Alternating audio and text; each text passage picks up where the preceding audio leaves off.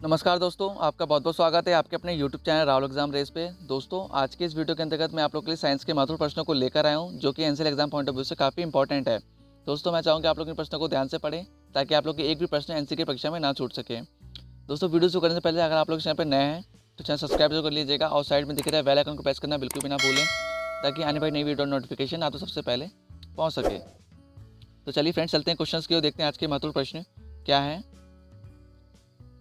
दोस्तों, क्वेश्चन है, रॉकेट निम्न में से किस सिद्धांत पर कार्य करता है?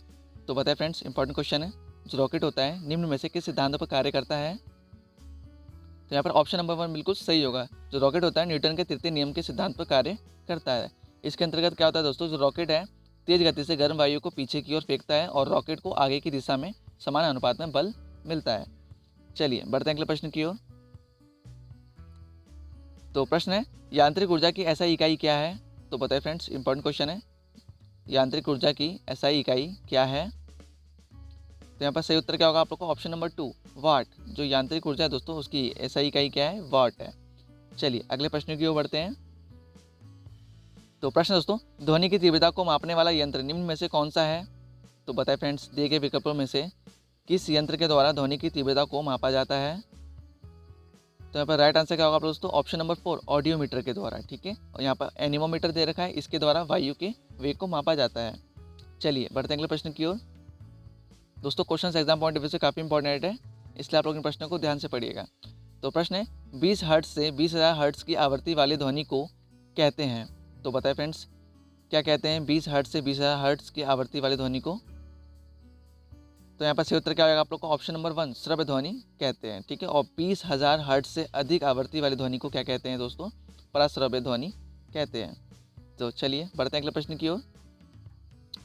प्रश्न है, सामान्य नेत्र के लिए सुस्पष्ट दृष्टि की न्यूनतम दूरी कितनी होती है?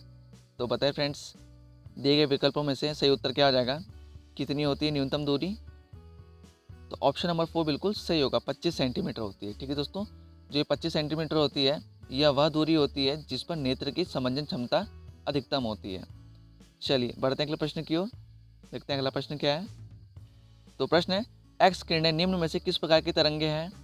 तो बताए फ्रेंड्स, इंपॉर्टेंट क्वेश्चन है, यहाँ से काफ़ी प्रश्न बनता है। तो दोस्तों, जो एक्स किरणें होती हैं वह विद्युत चुंबकीय तरंगे होती हैं। ठीक दोस्तों, जिसकी तरंगदैर्घ्य कितनी होती है?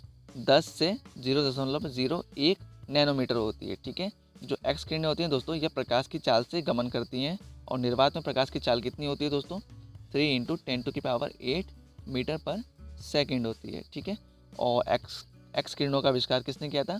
तो रॉन्टजन ने किया था। ठीक है, याद रखिएगा आप लोग, यहाँ से इतने प्रश्न बनते हैं जो कि इंपॉर्टेंट है। चलिए बढ़ते हैं अगले प्रश्न की ओर। तो क्वेश्चन दोस्तों, 2G स्पेक्ट्रम में प्रयुक्त जी अक्षर का क्या आशय है? तो बताए फ्रेंड्स, यहाँ पर जी अक्षर का क्या आशय है? तो यहाँ पर राइट आंसर होगा आप लोगों को दोस्तों ऑप्शन नंबर 3 जनरेशन। चलिए बढ़ते हैं अगले प्रश्न की ओर। तो प्रश्न दोस्तों, निम्न में से प्रकाश वर्ष की इकाई है? तो बताए फ्रेंड्स, इंपॉर्टेंट क्वेश्चन है, कई बार एग्जाम में पूछा जा चुका है ये। बताइए, जो प्रकाश वर्ष है वो किसकी इकाई है? तो यहाँ पर ऑप्शन नंबर 2 बिल्कुल सही होगा, दूरी की इकाई है। ठीक है, चलिए बढ़ते हैं अगले प्रश्न की ओर। क्वेश्चन दोस्तों, क्रोमेटोग्राफी की तकनीक का प्रयोग होता है? तो बताए फ्रेंड्स, दिए गए विकल्पों में से सही उत्तर क्या हो जाएगा? कहाँ पर क्रोमेटोग्राफी का प्रयोग किया जाता है? तो यहाँ पर राइट आंसर को आप लोग को ऑप्शन नंबर 4 एक मिश्रण से पदार्थ को अलग करने में क्रोमेटोग्राफी तकनीक का प्रयोग किया जाता है। चलिए बढ़ते हैं अगले प्रश्न की ओर, देखते हैं अगला प्रश्न क्या है। तो प्रश्न दोस्तों, निम्नलिखित में से कौन सा सामान्य ताप पर ठोस अवस्था में रहता है? तो बताए फ्रेंड्स, दिए गए विकल्पों में से कौन सा सामान्य ताप पर ठोस अवस्था में पाया जाता है? तो यहाँ पर राइट आंसर क्या होगा आप लोगों दोस्तों? Option number 3 iodine. जो आयोडीन होता है वह सामान्य ताप पर ठोस अवस्था में पाया जाता है। ठीक है, और दोस्तों यहाँ पर क्लोरीन, ब्रोमीन, फ्लोरीन है, ये क्या है? हैलोजन समूह के गैसें हैं।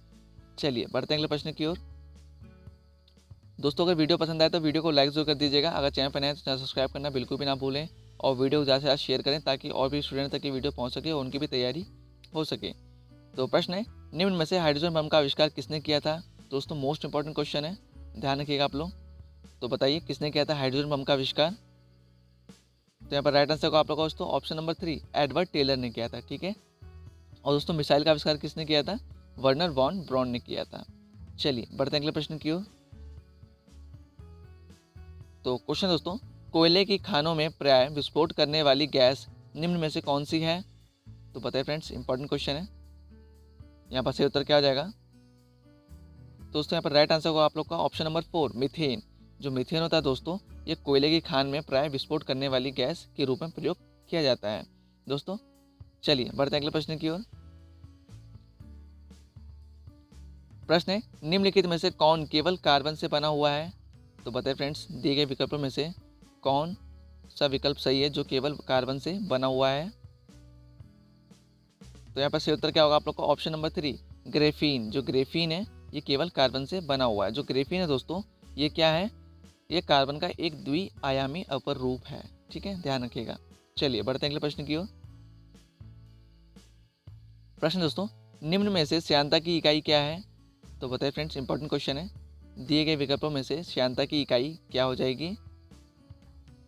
तो यहाँ पर राइट आंसर होगा आप लोग को ऑप्शन नंबर 1, पॉइज। ठीक है दोस्तों, यहाँ पर इसको ऐसे लिखते हैं। चलिए बढ़ते हैं अगले प्रश्न की ओर। प्रश्न दोस्तों, ऊष्मा सबसे तेज से संचालित होती है। तो बताइए फ्रेंड्स, ऊष्मा किसके द्वारा सबसे तेजी से संचालित होती है? तो यहाँ पर राइट आंसर आप लोग को ऑप्शन नंबर 2, विकिरण के द्वारा। जो ऊष्मा होती है विकिरण के द्वारा सबसे तेजी से संचालित होती है।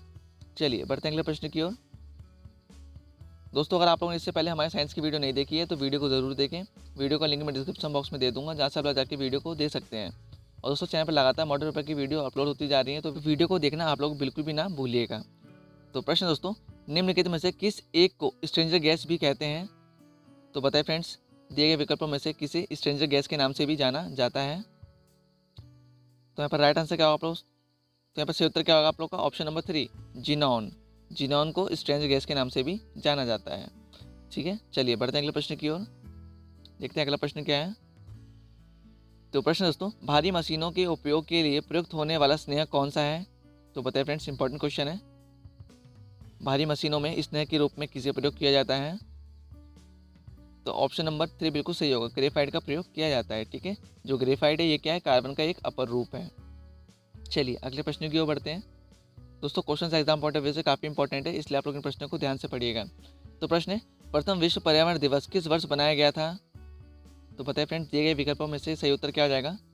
प्रथम विश्व पर्यावरण दिवस कब मनाया गया था? तो सही उत्तर क्या होगा दोस्तों आप लोग का? ऑप्शन नंबर 2, 5 जून 1974 ईस्वी में प्रथम विश्व पर्यावरण दिवस मनाया गया था। ठीक है दोस्तों, और जो पर्यावरण दिवस है वो हर साल 5 जून को मनाया जाता है। चलिए बढ़ते हैं अगले प्रश्न की ओर। प्रश्न दोस्तों, धावन सोडा का रासायनिक सूत्र क्या है? तो बताइए फ्रेंड्स, दिए गए विकल्पों में से धावन सोडा का रासायनिक सूत्र क्या है? तो यहाँ पर ऑप्शन नंबर 2 बिल्कुल सही हो जाएगा, Na2CO3। जो सोडियम कार्बोनेट है दोस्तों, यह धावन सोडा का रासायनिक सूत्र है। चलिए अगले प्रश्न की ओर बढ़ते हैं। प्रश्न दोस्तों, रेडियोधर्मी पदार्थ निम्न में से क्या उत्सर्जित करता है? तो बताइए फ्रेंड्स, दिए गए विकल्पों में से सही उत्तर क्या हो जाएगा?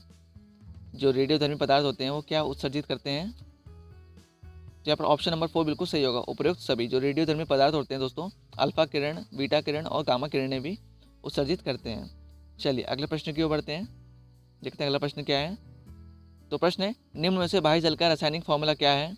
तो बताइए फ्रेंड्स, इंपॉर्टेंट क्वेश्चन है। भारी जल का रासायनिक सूत्र क्या हो जाएगा यहाँ पर? तो यहाँ पर राइट आंसर होगा आप लोग को ऑप्शन नंबर 2, D2O। जो D2 है दोस्तों, भारी जल का रासायनिक सूत्र है। चलिए बढ़ते हैं अगले प्रश्न की ओर। प्रश्न दोस्तों, निम्न में से किस एक में रजत नहीं होता है? तो बताइए फ्रेंड्स, दिए गए विकल्पों में से किस में रजत नहीं होता है? तो यहाँ पर ऑप्शन नंबर 2 बिल्कुल सही होगा, जर्मन सिल्वर में रजत नहीं पाया जाता है। चलिए बढ़ते हैं अगले प्रश्न की ओर। देखते हैं अगला प्रश्न क्या है। तो प्रश्न दोस्तों, निम्नलिखित, दोस्तों यहाँ पर मिसप्रिंट हो गया है, निम्नलिखित गैसों में से कौन सा एक गैस वेल्डिंग में प्रयोग में आता है? तो बताइए फ्रेंड्स, यहाँ पर सही उत्तर क्या हो जाएगा? कौन सा है जो गैस वेल्डिंग के प्रयोग में आता है? तो ऑप्शन नंबर 4 बिल्कुल सही होगा, जो एसिटिलीन है दोस्तों, ये गैस वेल्डिंग में प्रयोग किया जाता है। चलिए बढ़ते हैं अगले प्रश्न की ओर। प्रश्न दोस्तों, निम्नलिखित में से कौन सा तत्व परमाणु ईंधन की श्रेणी में नहीं आता है? तो पता है फ्रेंड्स, दिए गए विकल्पों में से सही उत्तर क्या हो जाएगा? कौन सा है जो परमाणु ईंधन की श्रेणी में नहीं आता है? तो ऑप्शन नंबर 1 बिल्कुल सही होगा। जो कैडमियम है दोस्तों, यह रेडियो एक्टिव पदार्थ नहीं है और ये क्या है, परमाणु ईंधन की श्रेणी में नहीं आता है। चलिए बढ़ते हैं अगले प्रश्न की ओर। तो क्वेश्चन दोस्तों, पेयजल में रोगाणुनाशी के रूप में किस गैस का प्रयोग किया जाता है? तो बताइए फ्रेंड्स, इंपॉर्टेंट क्वेश्चन है। यहाँ पर सही उत्तर क्या हो जाएगा? किस गैस का प्रयोग किया जाता है? तो ऑप्शन नंबर 4 बिल्कुल सही होगा, क्लोरीन गैस का प्रयोग किया जाता है। चलिए बढ़ते हैं अगले प्रश्न की ओर, जो कि आप लोग का आज का लास्ट क्वेश्चन और सरप्राइज क्वेश्चन है। तो प्रश्न है, क्लोरोफ्लोरोकार्बन अधिकतर कहाँ इस्तेमाल होते हैं? तो दोस्तों ये आप लोग आज का सरप्राइज क्वेश्चन, जिसका आंसर आप लोग मुझे कमेंट बॉक्स में जरूर दीजिएगा। दोस्तों ये थे आज के 25 महत्वपूर्ण प्रश्न, जो कि NCL exam point of view से काफ़ी इंपॉर्टेंट है। दोस्तों मैं आशा करता हूँ कि आप लोग को आज की वीडियो पसंद आई होगी। अगर पसंद आई होगी तो वीडियो को लाइक जरूर कर दीजिएगा। अगर चैनल पर नया तो चैनल सब्सक्राइब करना बिल्कुल भी ना भूलें और वीडियो को ज़्यादा से ज़्यादा शेयर करें, ताकि और भी स्टूडेंट तक की वीडियो पहुँच सके, उनकी भी तैयारी हो सके। दोस्तों मिलते हैं अगले वीडियो में कुछ नए महत्वपूर्ण प्रश्नों के साथ। तब तक के लिए bye bye, take care, Vande Mataram.